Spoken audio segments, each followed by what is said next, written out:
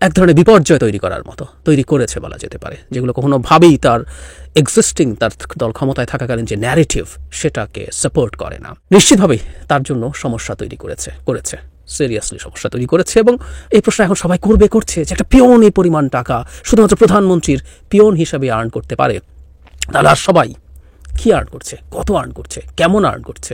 Card সব সিজ করে ব্যবস্থা নিয়েছি। 400 কোটি টাকা জব্দ করা হলো কিনা, এটি রাষ্ট্রীয় কোষাগারের কোন খাতের অর্থ নাকি কিসের অর্থ? যে হাসিনার পায়ের নিচে মাটি নেই, এই কোটা আন্দোলন তাকে একেবারে নার্ভাস করে দিয়েছে। সে জানে চীন তাকে উৎখাত করবে, ভারত তাকে টিকিয়ে রাখতে পারবে না। থলের বেড়াল কিন্তু নিজেই বের করে দেয়। শেখ হাসিনা কিন্তু কথায় কথায় থলের বেড়াল নিজেই বের করে দেয়। এখন 400 কোটি টাকা পিয়ন কামিয়েছে, আপনি কি করছিলেন? 1 টাকা 2 টাকা নয়, 1000 কিংবা 10,000 টাকা নয়, 1 লাখ কিংবা 2 লাখ টাকা নয়, 400 কোটি টাকার মালিক বনে গিয়েছেন শেখ হাসিনার পিয়ন। শেখ হাসিনার পিয়ন, শেখ হাসিনার বাসায় মানুষ আসলে পানি খাওয়াতেন যেই ব্যক্তি, সেই ব্যক্তি 400 কোটি টাকার মালিক হয়েছেন। আমার বাসায় কাজ করে গেছে পিয়ন, সে এখন 400 কোটি টাকার মালিক। এখানে কোন রকম চালাকি যদি দেখানোর চেষ্টা করেন, তাহলে এটির পরিণতি কোনো অবস্থাতেই কারোর জন্য ভালো হবে না। আজকে যারা নিজেরা বলছে আমি রাজাকার, তাদের জন্য বাংলাদেশ ছাত্রলীগ রাজাকার কোটা চালু করলো। দর্শক, তবে কি পিয়নের সম্পদের ফিলিস্তি বের করতে গিয়ে এখন প্রধানমন্ত্রী নিজের সম্পদকেই প্রশ্নবিদ্ধ করে ফেলল? দর্শক, একজন পিয়ন কিভাবে 400 কোটি টাকার মালিক হলো, সেই কথাটি যখন প্রধানমন্ত্রী শেখ হাসিনা তার প্রেস কনফারেন্সে বলে ফেলেছে, তখন থেকেই শুরু হয়েছে নানান জল্পনা কল্পনা। প্রধানমন্ত্রীর পিয়ন, তাও আবার 400 কোটি টাকার মালিক। তো দর্শক, কে এই পিয়ন এবং সে কিভাবে এই 400 কোটি টাকা ইনকাম করেছে? এবং একজন পিয়ন যদি 400 কোটি টাকার মালিক হয়, তাহলে প্রধানমন্ত্রী কত টাকার মালিক? এই প্রশ্নটি তুলেছে কিছু রাজনৈতিক বিশ্লেষক। তো দর্শক, এখন প্রধানমন্ত্রীর সম্পদেরও কিছু বিবরণী তারা হয়তো দিয়েছে, ভিডিওটি আপনাদের সাথে নিয়েই দেখব। তো তাই বলবো দর্শক, যারা ভিডিওটি অন করেছেন তারা অবশ্যই নিউজটি না টেনে সম্পূর্ণ মনোযোগ সহকারে দেখবেন। এমনকি দর্শক, এরই সাথে সাথে আপনারা দেখতে চলেছেন কোঠা আন্দোলন নিয়ে কূটকৌশল, বাঘের লেজ দিয়ে কান চুলকানোর চেয়েও ভয়ঙ্কর। অর্থাৎ দর্শক, এখানে বলা হয়েছে যে এই কোঠা আন্দোলনকে কেন্দ্র করে এই মুহূর্তে যে টানাপোড়েনটা চলছে, সেটা কিন্তু খুবই ভয়ঙ্কর হতে চলেছে। তো দর্শক, এই ভয়ঙ্কর দিকগুলো কি কি সেটিও আজকে নিউজটি সম্পূর্ণ দেখলেই বুঝতে পারবেন। তো দর্শক, এরই সাথে সাথে আমি ভিডিও শুরুতে আপনাদের আরও যেই ভিডিওগুলোর অংশবিশেষ দেখিয়ে শুরু করেছিলাম, সেই ভিডিওগুলোরও বিস্তারিত আলোচনা দেখতে চলেছেন। তো প্রিয় দর্শক, আমি আর বেশি কথা বাড়াবো না। ভিডিও শুরুতে যেই ভিডিওগুলোর অংশবিশেষ দেখিয়ে শুরু করেছিলাম, সেই ভিডিওগুলোর বিস্তারিত আলোচনা দেখাবো। এই যে যারা আন্দোলনরত ছাত্রছাত্রী রয়েছে, তাদের সঙ্গে তাদের যে একটা দূরত্ব, অবিশ্বাস, এই অবিশ্বাসের জায়গাটি একেবারে রীতিমতো অশ্রদ্ধার দিকে তারা টেনে নিয়ে যাচ্ছে, যা কিনা পুরো পরিস্থিতিকে সহিংস করবে, দেশকে উত্তাল করবে এবং anything might happen at any time, এরকম একটা পরিস্থিতির দিকে নিয়ে যেতে পারে। এখানে কোনো রকম চালাকি যদি দেখানোর চেষ্টা করেন, তাহলে এটির পরিণতি কোনো অবস্থাতেই কারোর জন্য ভালো হবে না। যে এদের সঙ্গে চালাকি করার চেষ্টা করা হচ্ছে, তারপরে এদের সঙ্গে যাকে বলা হয় বিভিন্ন রকম ছলচাতুরি করা হচ্ছে, এবং এটি অনাগত দিনে কিভাবে স্ফুলিঙ্গ আকারে ছড়িয়ে পড়তে পারে তার কিছু উদাহরণ খুব সংক্ষেপে দিয়ে আজকের ভিডিওটি শেষ করব। আমাদের এই সমাজে যেটি হয়, মানুষ মন্দ কাজ করতে করতে তাদের মধ্যে এক ধরনের নফস, মন্দ কাজের যে নফস, যেটাকে বলা হয় নফসে আম্মারা, এটি এত বিশাল হয়ে যায় যে সে পৃথিবীর বাদশা ভাবতে থাকে। এখন এই লোকটি একটা ইউনিয়ন পরিষদের চেয়ারম্যান হোক, কিংবা পতিতালয়ের সর্দার হোক, কিংবা কোনো মন্ত্রী হোক, কোনো প্রধানমন্ত্রী হোক, কিংবা কোনো রাষ্ট্রপতি হোক, ডাজ নট ম্যাটার, সে যেই এলাকাতে মন্দ কাজ করে, সেই এলাকাটি বা সেই অধিক্ষেত্রটিকে সে তার নিজের যাকে বলে মানে বাদশাহী মনে করে, এবং সে যেন তেন বাদশাহ না, ফেরাউন প্রকৃতির বাদশাহ, যে নিজেকে খোদা দাবি করে, এরকম একটা অবস্থা তৈরি হয় যদি মানুষ মন্দ কাজ করে। আমাদের এই সমাজের দীর্ঘদিন যাবৎ ধরে সেই পুলিশ বলেন, আমলা বলেন, কামলা বলেন, রাজনীতি বলেন, যারা ক্ষমতার সাথে জড়িত, তাদের প্রধান এবং প্রথম সফলতা হলো তারা প্রতিদ্বন্দ্বী যারা আছে, বিএনপি, জামাত, অন্যান্য যারা রাজনৈতিক দল, তাদেরকে ইচ্ছামতো অপমান করতে পেরেছে, ইচ্ছামতো নির্মূল করতে পেরেছে, ইচ্ছামতো অনুগত রাখতে পেরেছে, এবং এদেরকে বঞ্চিত করে রাজনৈতিক অধিকারগুলো আছে, সমস্ত রাজনৈতিক অধিকার নিজেদের পকেটে তারা ঢুকাতে পেরেছে। এই কাজ করতে করতে করতে করতে অনেকগুলো উপসর্গ তৈরি হয়েছে, যেমন দুর্নীতির একটা মহোৎসব তৈরি হয়ে গেছে, ব্যাংকগুলো খালি হয়ে গেছে, ডলার নাই। এই যে আজকের যে সমস্যাগুলো, এই সব সমস্যা কিন্তু সেই রাজনীতি থেকে। 2 নম্বর হলো এদের সাহস বেড়ে গেছে। তারা মনে করে যে তারা যে কোনো কাজ করতে পারে এবং তাদের কোনো কাজের বাধা দেওয়ার মতো, প্রতিবাদ করার মতো শক্তি সামর্থ্য বাংলাদেশের কারোরই নেই। তো এই অভ্যাসটা তাদের মধ্যে হয়ে গেছে এবং অতীতে তারা যেহেতু এই কাজ করে যথেষ্ট সফল হয়েছে, কয়েকদিন আগেও দেখা গেল বিএনপির সেই সমাবেশের উপরে তারা যেভাবে নির্যাতনের স্টিম রোলার তারা চালিয়ে দিয়ে আবার দিব্যি একটা দামি ভোট করে তারা ক্ষমতায় চলে আসছে। তো সেই ক্ষেত্রে এই যে যারা এখন রাজপথে আন্দোলন করছে, তাদের না আছে কোনো সংগঠন, না আছে কোনো রাজনৈতিক অভিলাষ, না আছে কোনো অর্থনৈতিক সমৃদ্ধি কিংবা দীর্ঘ সময় লড়াই করার মতো তাদের কোনো সাংগঠনিক ভিত্তি বা চেইন অফ কমান্ড নাই। সুতরাং তাদেরকে কেন এই যে যারা হাত পাকানো, মন্দ কাজে যারা হাত পেকে গেছে বিভিন্ন সময়, তারা কেন তাদেরকে ভয় পাবে? আর ভয় না পাওয়ার কারণেই এদেরকে নিয়ে তাচ্ছিল্য হচ্ছে, এদেরকে অন্য সবার মতো হুমকি দেওয়ার চেষ্টা করা হচ্ছে এবং এদের আন্দোলনকে কোনো অবস্থাতেই গুরুত্ব দেওয়া হচ্ছে না। এই হলো মনস্তাত্ত্বিক অবস্থা।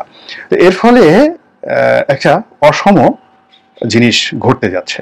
অর্থাৎ একদিকে রাষ্ট্রের সর্বশক্তি নিয়ে পুলিশ বলেন, বিডিআর বলেন, মানে বিজিবি বলেন, তারপরে ছাত্রলীগ বলেন, আওয়ামী লীগ বলেন, তাদের সবারই অর্থবিত্ত ক্ষমতা সব আছে। আর অন্যদিকে যারা এই মাঠে আন্দোলন করেছে তারা একেবারে খালি হাতে, এবং এখন পর্যন্ত একজন আন্দোলনকারী একটা গাছের ডালও হাতে নেয়নি, একটা পাতাও নেয়নি, একটা ইটও হাতে নেয়নি, একেবারে 2 হাত দিয়ে তারা দাঁড়িয়েছে।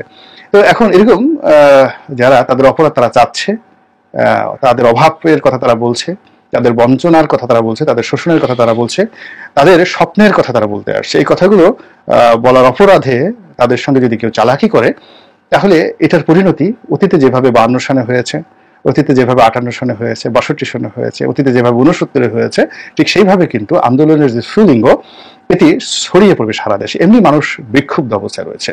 প্রত্যেকটা মানুষ যার যার অবস্থায় থেকে সে এতটা মানে যাকে বলা হয় বিক্ষুব্ধ যে তার অপছন্দের মানুষটিকে পেলে তাকে কি সে চিৎ করে ফেলে গলার উপর একটা পাড়া দিবে, নাকি রাস্তার উপর থেকে একটা ইট তুলে তাকে আচ্ছা মতো থেতলে দিবে, নাকি তাকে খামচি দেবে, নাকি তাকে আচ্ছা মতো তার হাতে বা তার গালে কামড় দিয়ে তার গালের মাংস খুলে নেবে? তো এই জিনিসটি যারা বিক্ষুব্ধ মানুষ তারা এখনো সিদ্ধান্ত নিতে পারছে না। অর্থাৎ কিছু কিছু মানুষের উপর, কিছু কিছু মানুষ না, বেশিরভাগ মানুষ কিছু কিছু মানুষের উপরে এতটা বিক্ষুব্ধ হয়ে পড়ে আছে যে তারা যদি তাদের প্রতিহিংসা, অভিলাষ চরিতার্থ করার সুযোগ পায়, তাহলে তারা ওই তো বললাম যে তারা কি ওই লোকটাকে সুযোগ পেলে যে তোমাকে সুযোগ দেওয়া হলো, তুমি এখন যা ইচ্ছা তাই একে করো, তখন সেই যে যার প্রতি সে রাগ, তাকে কি সে কামড় দেবে, না দমড়াবে, মোচড়াবে, না হাড্ডি ভেঙে দেবে, এই সিদ্ধান্ত সে এখনো নিতে পারছে না এবং ওই সময় সে নিতে পারবে না। ওই জায়গাতে অর্থাৎ চারিদিকে যদি বারুদ ছড়ানো থাকে এবং সেই বারুদের মধ্যে যদি ছোট্ট একটু আগুন লাগে, একটু উত্তাপ শুরু হয়, এমনকি সূর্যের যে কিরণ এটিও যদি একটু বেশি মাত্রায় পড়ে, পুরো দেশ মানে রীতিমতো লঙ্কা কাণ্ড ঘটে যাবে। বানরের লেজ থেকে পুরো লঙ্কার নগরী পুড়ে গেছে। আপনি বুঝেন যে লঙ্কা নগরী কেন পুড়লো? সেখানে বারুদ ছিল, রাবণের যে শাসনে সবাই বিক্ষুব্ধ ছিল। গতকাল প্রধানমন্ত্রী যে সংবাদ সম্মেলন করেছেন, আমি তাতে দীর্ঘদিন পর তাকে ভীষণ স্ট্রেসড মনে হয়েছে আমার। মানে এমনিতে যেটা হয়, আমি ওনার মধ্যে খুবই রিল্যাক্সড একটা অবস্থা দেখি। আমেরিকা যখন তীব্র চাপ দিচ্ছিল, সরকারের মধ্যে নানা রকম অস্থিরতা হচ্ছিল, তখনও মোটা দাগে উনি খুব শান্ত ছিলেন, ওনার নার্ভ খুব স্ট্রং, এটা মনেই হতো। কিন্তু গতকাল আমি দেখেছি বহু ক্ষেত্রে তিনি খুব স্মুথলি কথা বলতে পারছেন না, তিনি ফাম্বল করছেন। ওনার কন্টেন্টের মধ্যে উনি এমন কিছু জিনিস নিয়ে এসছেন যেগুলো এক ধরনের বিপর্যয় তৈরি করেছে বলা যেতে পারে, যেগুলো কোনোভাবেই তার এক্সিস্টিং, তার দল ক্ষমতায় থাকাকালীন যে ন্যারেটিভ সেটাকে সাপোর্ট করে না। এমন সব মন্তব্য করেছেন যেটা আসলে কিছুটা হলেও সংকট তৈরি করছে বা সংকট বাড়াচ্ছে। উনি আবারও মতিয়া চৌধুরীর মতো রাজাকারের বাচ্চা বলেছেন, কোটার যারা আছেন তাদেরকে।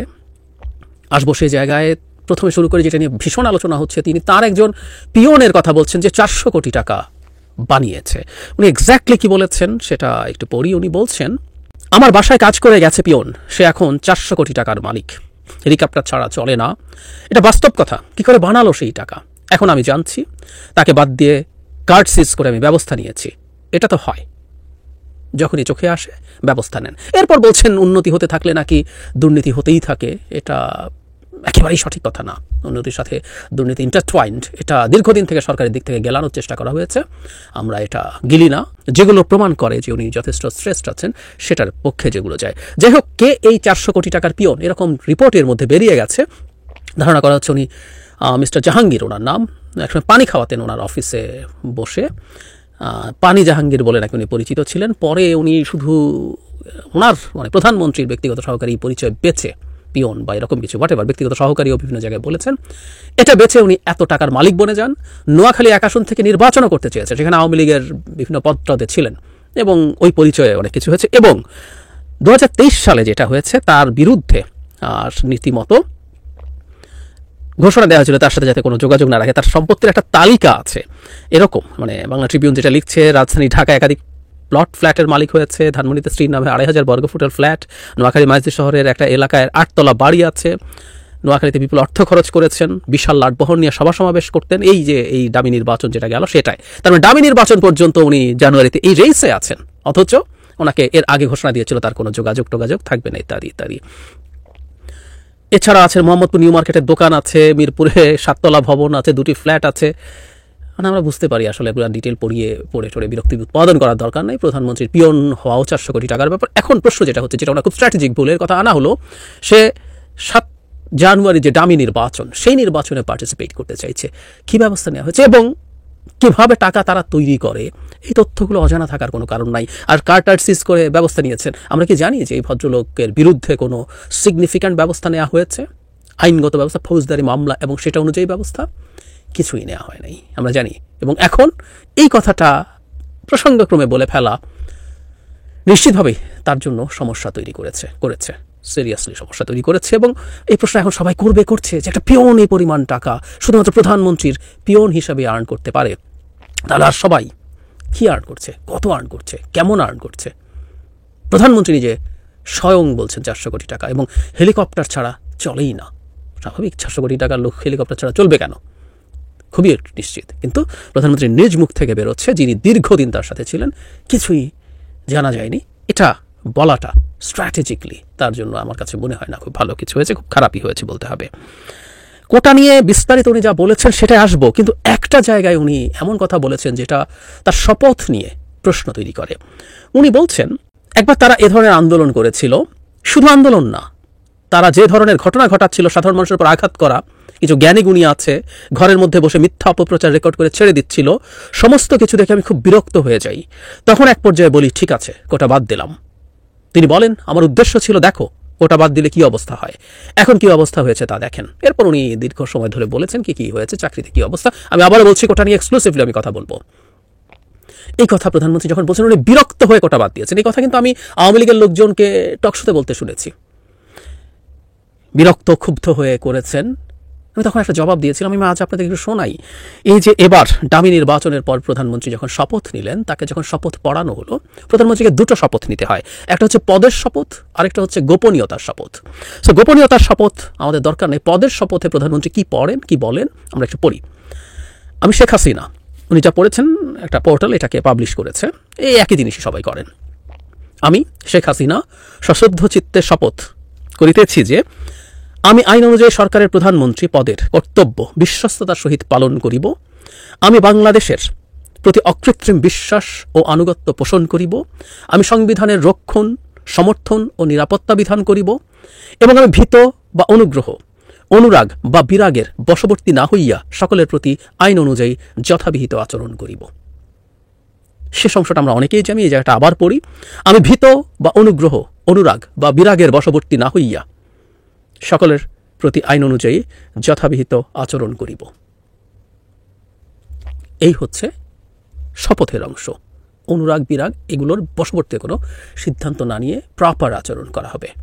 তাহলে প্রধানমন্ত্রী বিরক্ত হয়ে যখন কোটা বাতিল করেন, এটা ওনার শপথের পরিপন্থী। এই শপথ শুধু প্রধানমন্ত্রী না, মন্ত্রী বা মন্ত্রী বলতে সংবিধানে মন্ত্রী, প্রতিমন্ত্রী, উপমন্ত্রী যারা আছে সবাই সংবিধান মঞ্চ মন্ত্রী, তারাও এই শপথ পাঠ করেন। এই হচ্ছে পরিস্থিতি। এদের লক্ষ্য হচ্ছে আমাদের শহীদদের লাঞ্ছনা করা। আজকে থেকে বাংলাদেশের ছাত্র সমাজের পক্ষ থেকে আমরা সুস্পষ্ট হুঁশিয়ারি উচ্চারণ করতে চাই। প্রিয় বন্ধুগণ, আজকে এই সন্ত্রাস বিরোধী রাজুভাস্কর্যের পাদদেশ থেকে বাংলাদেশ ছাত্রলীগ বাংলাদেশের ছাত্র সমাজের পক্ষ থেকে ঘোষণা দিচ্ছে, আজকে যারা নিজেরা বলছে আমি রাজাকার, তাদের জন্য বাংলাদেশ ছাত্রলীগ রাজাকার কোটা চালু করলো, এবং যারা রাজাকার কোটার আওতাধীন তাদেরকে পাকিস্তানে পাঠিয়েই বাংলাদেশ যেখানে এই রাজাকার কোটার স্থাপকদেরকে দেখবেন, সেখানে দৃঢ় হস্তে প্রতিবাদ গড়ে তুলে তার আপন ঠিকানায় পাঠিয়ে দেওয়ার কর্মীদেরকে নির্দেশনা দেওয়া হচ্ছে। এবং একই সঙ্গে আমরা গণপ্রজাতন্ত্রী বাংলাদেশ সরকারের প্রতি আহ্বান জানাবো, যারা লাখো শহীদের রক্ত নিয়ে তামাশা করে, যারা গণহত্যার পক্ষে সাফাই গাওয়ার মতো কথা বলে, তাদের বিরুদ্ধে অনতিবিলম্বে জেনোসাইড ডিনায়াল ল চালু করতে হবে। যারা বলে আমি রাজাকার, তারা রাষ্ট্রদ্রোহী অপরাধ করেছে। এই পতাকার সম্মান তারা মাটির সঙ্গে মিশিয়ে দিয়েছে। বাংলাদেশের ছাত্র সমাজের পক্ষ থেকে আমরা সুস্পষ্ট বলতে চাই, যারা রাজাকারদের পক্ষে তোষণ করে কোন ধরনের সরকারি বেসরকারিতে চাকরিতে যাওয়ার যোগ্যতা তাদের থাকবে না। দর্শক, আমি আশা করছি আপনারা সকলে অত্যন্ত মনোযোগ সহকারে সবগুলো ভিডিওর বিস্তারিত আলোচনা দেখেছেন। এমনকি দর্শক, যদি এই ভিডিওগুলো সম্পর্কে আপনাদের কোনো মতামত থেকে থাকে তাহলে তো অবশ্যই জানাবেন। দর্শক, সবশেষে বলবো, যারা এখনো চ্যানেলটিতে নতুন দর্শক রয়েছেন তারা অবশ্যই চ্যানেলটি সাবস্ক্রাইব করে পাশে থাকা বেল আইকনটি অন করে দিবেন। আর যারা ইতিমধ্যেই সাবস্ক্রাইব করে রেখেছেন তাদের সকলকে অসংখ্য ধন্যবাদ। দর্শক, এতক্ষণ সাথে থাকার জন্য ধন্যবাদ। আজকে নিউজটি শেষ করছি এখানেই, ফিরছি পরবর্তী নিউজে নতুন কোনো টপিকে। আল্লাহ হাফিজ।